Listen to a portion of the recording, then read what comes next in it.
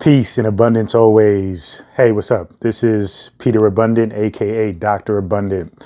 Today I want to cover a few things and just help you to give you a little bit of a tip or some profound insight on how to view life so that way you can gain deeper meaning that guides you through toward manifesting and creating anything that you desire, right? Whether it be a short-term goal or whether it be a life purpose. But let me first introduce myself officially because I know most of my videos don't really get into the introduction, don't really get into my backstory, don't get into my history, my credentials, and essentially who I am. So I decided to make these kinds of videos as well, along with my weekly content, just to give you more of a look into who I am, get a vibe for who I am, and understand what is it that I do exactly and why do I do it. All right. So let's see. Dr. Abundant, PhD, Metaphysical Sciences.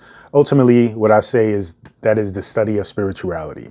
When you break down the terms metaphysical, meta means beyond and physical means physical, right? Material. So we go beyond the material, beyond the literal, and we go deeper into the true essence, the true meaning of things, right? And we gear that toward spiritual topics, but it applies to all of life. And that is really what I'm going to get into later on in this video, as far as breaking down how I perceive the world, how I perceive reality, and hopefully it will give you some insight on helping you and supporting you throughout your life. So my journey started maybe in my teens, my early teens, where I was brought up traditional Christian, African-American household, identified as Christian, but really didn't go to church that often. And for me, it was just a simple okay, this is what we do. But for some reason, I had a question. I had more to, discover. And already in my early teens, I just had this fascination with God and wanting to get closer to that essence, right? Understanding God and how to get closer to God. And at the time, all I knew was religion, and all I knew was Christian religion. But I had relatives, I had an aunt who was Muslim. And so therefore I had cousins who were Muslim. And so I was a little bit affiliated or understood or had a little bit of an idea as to, okay, there are other paths toward understanding and connecting with God. And so what happened for me was I was having conversations with my mother about it and decided that I was going to change the kind of schools that I were attending. And I was attending regular public school back in the day. I was living in Queens at the time, and I was going into high school. And we decided, hey, there's a, Muslim school in Corona, Queens. And she asked me, do I want to attend? And I said, sure. Yeah, let me check it out. Let me see what it's about. Let me go on this journey and let me be proactive about it. So I attended this school, and it was a phenomenal experience. It really gave me a lot of insight as to the basic fundamental teachings of Islam from an African-American standpoint, because there are many different sects of Christianity and denominations of Christianity. Same thing applies to Islam. So the school I went to, predominantly Black, and it was coming from that African-American experience. So there was some militancy behind the teachings, but it was still based on Islam. And because, if you follow me, I'm not a very militant person all around. I had my moments of militancy, but that's not who I am, right? I'm very optimistic. I'm very supportive. I'm very encouraging. I'm very, positive and happy. And I just know how to channel that militant mentality toward particular things. But as a general whole and as a religious approach, that didn't resonate with me. And so because that was my only exposure, I was like, okay, this is not it. So let me go. I attended that school for about a year and a half. Then my mother came and said, hey, there's another school out in New Jersey. This one is Christian. This is a 7-day Adventist school. If you don't know, Seventh-day Adventists, they believe that instead of going to church on Sunday, they go to church on Saturday. They follow the diet that the Bible breaks down in the beginning, which is basically vegetarian, right? Plant-based predominantly. And this school was different because it was away. It was in New Jersey, and it was like actually in dorms. It was a high school that was actually in dorms. And I thought that was exciting because I was like, oh, okay, this is going to prepare me for college, right? And there's a reason why I smile at that, because it's not like I was extremely successful in college, but I had the right mindset of like, okay, I'm going to be away from home. I'm going to live in a dorm. I'm going to be around a mixture of diverse people, which was true. And this is going to be interesting and fun. And it was. Now, that was something that was more familiar with me because, remember, I was brought up as a Christian. So the things that I were taught in this Seventh-day Adventist school made sense to me, right? They said, oh, the Sabbath day, that's on a Saturday, not a Sunday. And the teachings of the Bible say these things and this thing and that thing you cannot eat, and this you can eat. And I'm like, okay, that makes sense. And we were there a whole month at a time, and then we would come home on weekends. So they were feeding us vegetarian food, right? And that set me on the path of me being a vegan currently. But that's not what this is about. But I just want to add that in. So they had food prepared for us every single day, breakfast, lunch, dinner. It was like amazing to experience, right? Looking back on it, of course, when you're a high school kid, you just don't realize what you're going through right now is actually pretty cool and pretty fun. But high schoolers, man, they just tend to like think everything sucks and complain about everything. Oh, I can't wait to get out of school. I can't wait to graduate. Da da da da da. Yeah, all right. When we look back, we wish we were still in high school. Probably most of us wish we were still just living that life where we had no cares in the world. But anyway, and because the teachings there were familiar to me, I was convinced, right? Or I was converted, I should say. And from there, I went on to a Seventh-day Adventist college. And I was there for 1 year. And I fooled around in college, messed around, partied a lot, no drugs and alcohol, nothing like that. But yeah, had fun with the girls. And the college was in Michigan. And so it was just a lot. It was just a lot of fun, but no schooling, right? No going to school, no discipline. I'm a totally different person now, but still a good time. So eventually, after that first year of college, I came back home to New York, and I had to just reset. And at that point, it was like, okay, I need to get a hustle on. I need to do something. So I got a part-time job, a temporary job as a painter. And then that kind of put a pause in my spiritual quest, right? But eventually it came back, just like it always comes back to me. I went through these phases of like, spirituality is amazing. I want to learn more. Let me dive deeper into it.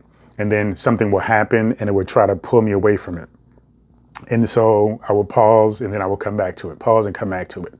And now I'm at a point where I'm just completely clear that spirituality, it isn't just something I'm into. It is who I am. It is my purpose. Right? So it's a different mindset. It's an understanding of like, okay, this is why it has come up so often throughout my life and at an early age, because this is the path that I was supposed to be on.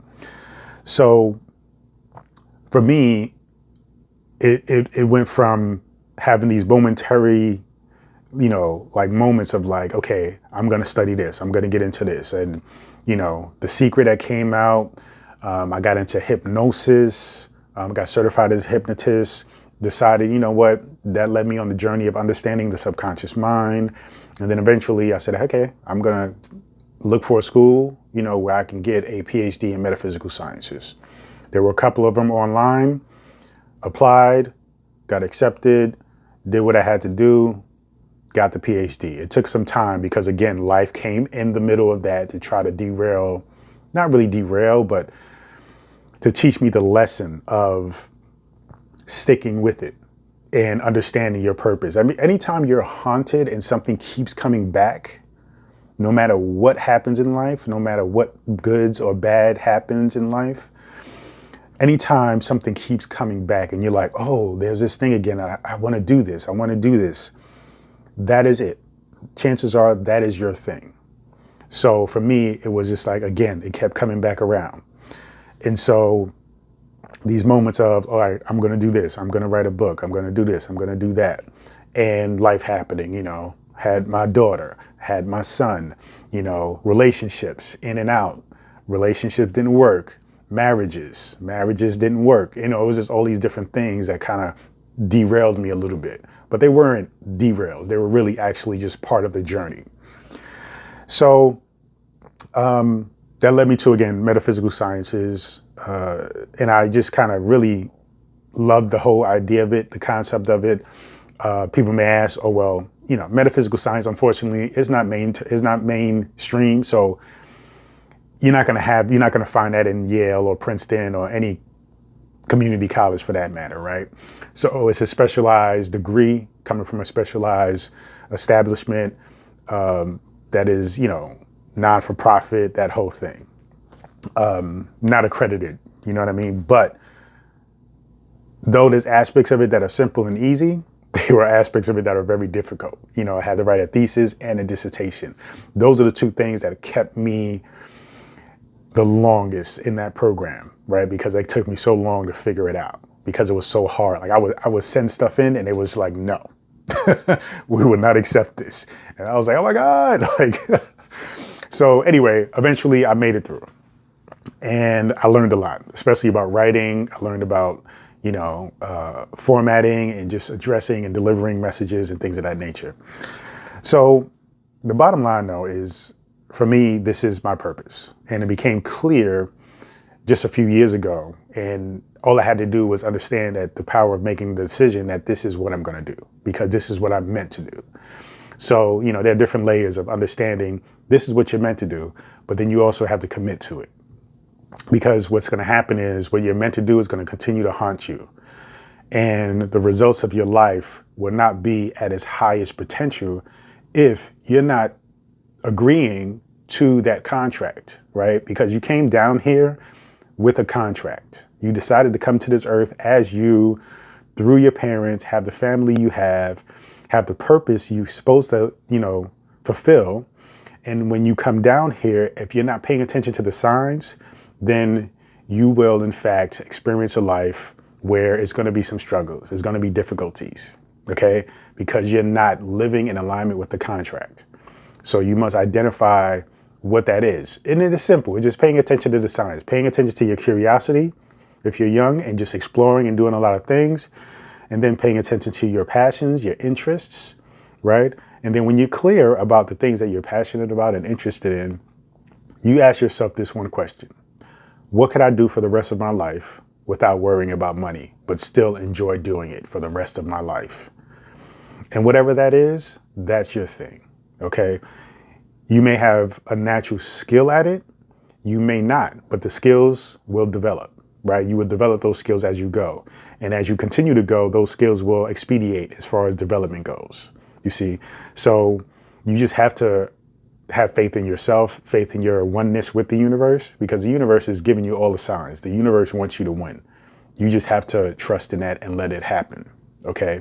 And even when you do, there are going to be a little bit of difficulties, but you'll see that those difficulties are not, in fact, difficulties. They're just testing you, right? They're just putting you through the understanding of like, okay, this is something that you have to figure out. This is something that you have to learn in order to become better in the future or, throughout your purpose. Okay. So take a quick break. What I really want to do is thank everybody who downloaded this book. Last week, I posted that this book was going to be free on Kindle. To download this book, free download. When you finish reading this book, please leave a book review. I really appreciate it. So I'm going to be promoting these books often. The next book I'm going to promote next week is going to be about the ego. Okay. I still talk about the ego a lot. But all the books are going to be focused in on the topics that I discuss throughout each week. So next week, you're going to look out for it. I'm going to do a video like this, and I'm going to promote the ego book, which is a phenomenal book as well. The ego book is almost like a continuation of this book. All right. Because this book really focuses on consciousness. It talks about the ego. But that ego book coming out in a week will really focus on how to really see your ego from a different perspective and master and manage your ego appropriately. So that being said, mastering and seeing your ego appropriately. This gets into the topic, the segue into the topic that I want to talk about with you is learning to see things metaphysically, learning to see things on a spiritual but deeper level.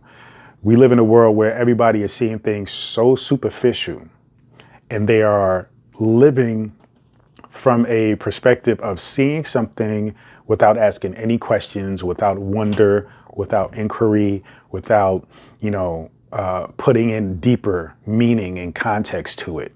And is sending a lot of people into a space of, conflict, a space of depression, a space of anger even. So you have to be mindful about looking at life from the lens of this whole thing is designed to teach you something. So you have to be studious. You have to be a student of life. When you are in class, when you're going to school and you're intentionally being a student, you go to class, you sit down and you pay attention to what the teacher is saying to you. In life, same thing applies. As you go through life, yes, you're doing things that you feel like you must do, you know how to do, but ultimately your experiences are the teachers. So you have to listen and pay attention. Don't just see something and assume you know everything about it. Don't just see a person and assume you know everything about that person, right? There are deeper levels of things that are happening. And so what I'm learning to do, not just when it comes to spirituality, not when it comes to conceptual concepts of, thinking about manifestation and materialization and affirmations and hypnosis and, goal setting and, achieving your goals. But just in general, I'm learning that there is a multitude of levels on how to see and approach everything that happens in our lives. You see, in one video, I talked about how on the spiritual journey, on the conscious spiritual journey, you can approach it two ways, more than two ways, but generally two ways. You can approach it from a broad sense where you're, say like religion, you're studying different religions like what I did, right? And then you're understanding the connectedness between all these different things and you're going wide, or you can go deeper, right? So you can just pick one path and go deep into that path, right? Go deep down the rabbit hole as far as you can go. And you both, those two individuals, the one that goes broad and the one that goes narrow and deep, they both can get to the same place, right? Because we're talking about universal truths. And if it is a universal truth, it doesn't matter which direction you go. It doesn't matter which path you take. You're going to come to that realization. Okay. So speaking of going one path, this is what I wanted to share with you today. If you're a Christian, okay, Christian, you read the Bible. All right. I just got this Bible. I got another Bible, but it was just too small. The print was just too small. So this Bible I ordered. Why? Because what I realized was this Bible is the beginning of my journey, right? Because I was a Christian, but I didn't read the Bible when I was a kid. So when I first really started picking up the Bible, it was a big moment in my metaphysical journey, because when I picked up the Bible, it was because I had picked up this book. This book is called Metaphysical Bible Dictionary. I was working with a friend. She owned a spa. I was a massage therapist at the time. She had a lot of spiritual books around. And she had this book there. And I picked up this book and I was like, wow, this book is fascinating. Metaphysical Bible Dictionary. So I'm reading it through. I'm opening it up, reading it through. And I see this has basically just like any dictionary. Well, if you're older, you understand what a physical dictionary is.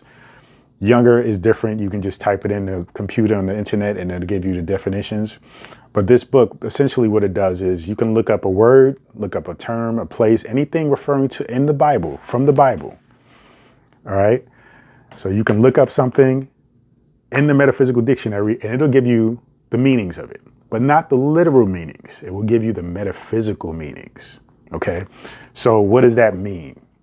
Well, so when I first got this book, I saw that they had names in here. Now, my first name is Peter. And so I was thinking, okay, this has names in it. That's cool. Let me look up Peter and let me see what it says. Because there was a point in time in my life where I absolutely hated my name, Peter. And once I read this book, it changed everything for me. Okay, so I'm going to read the first paragraph of this definition of Peter. Okay, Peter. Hard, compact, strong, firm, unyielding, a large stone, a rock, a cliff. Some people understand that Peter means stone. Now let's go deeper into it. Let's see. Simon Peter, son of Jonas, a disciple of Jesus Christ. Meta. This gets into the metaphysical definition. The spiritual facility of faith. This discipline's name, Simon, hearing, signifies his receptivity and ability to discern truth, was changed by Jesus to Peter, which is the Greek word for rock. This represents faith in God, strong, unwavering, and enduring. This faith is a necessary foundation for the building up of spiritual consciousness, the Church of Christ, and in the individual. All right. Now, this side and this side still breaks down Peter. Okay. I just read the smallest first paragraph, but that was already pretty deep and interesting. This is what I'm getting to.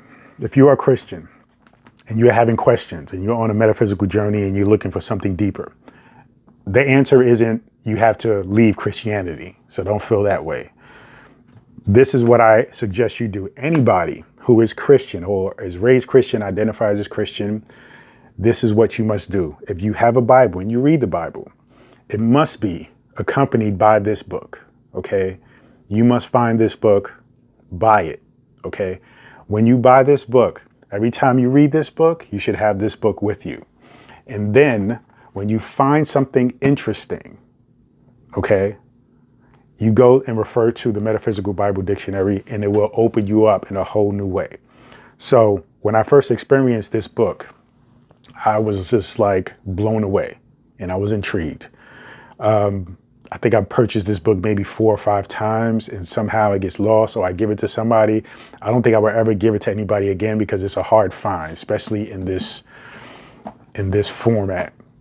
Also, I should say this book the author is Charles Fillmore. He is actually the founder of a church called Unity Church. Okay. The churches are around.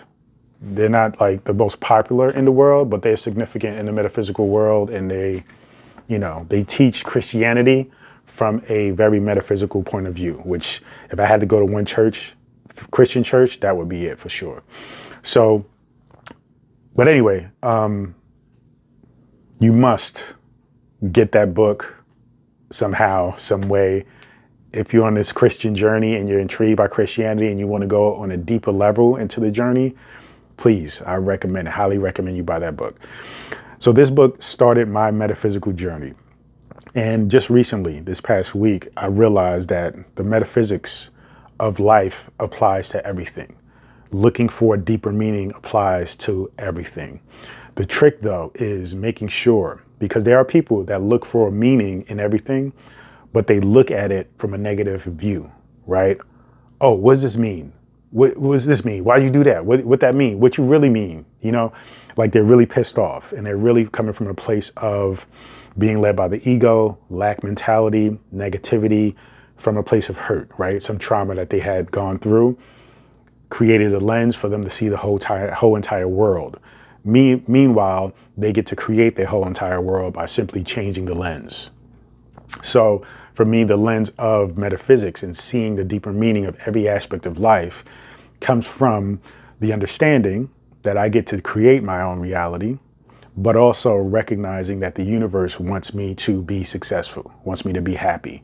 And so all of the meanings that I look for must be in alignment, because that's who I am, must be in alignment with what I desire. You see, whereas a lot of people, they look at life as something that goes against what they desire, something that's telling them they can't do this, they shouldn't do this, or that the whole world and everybody in it is against them. So be mindful that as you go through life and you think about going deeper into consciousness, into your spiritual journey, that you recognize how you view everything that's happening, everything you see, everything you experience. It is going to dictate what you experience, what you see. Okay. So look for meaning, but make sure you're looking for meaning toward the success of your purpose, your desires, right? You actually going deeper into consciousness and tapping into who you truly are. So that's really what I wanted to get across today. Longer video than usual. I'm going to be trying to do more longer videos because I think it's important to really get deep into it. And this format allows me to do that a little bit better. So I thank you so much and excuse me, because sometimes I'm looking at the camera and sometimes I'm looking at my reflection of the camera. So I got to remember to look right here at the camera at you. So, but anyway, thank you so much for checking me out, for your support, everybody who's been reaching out, who's been leaving great comments. Even the people that don't leave so great comments, whatever, I still reply to you as well.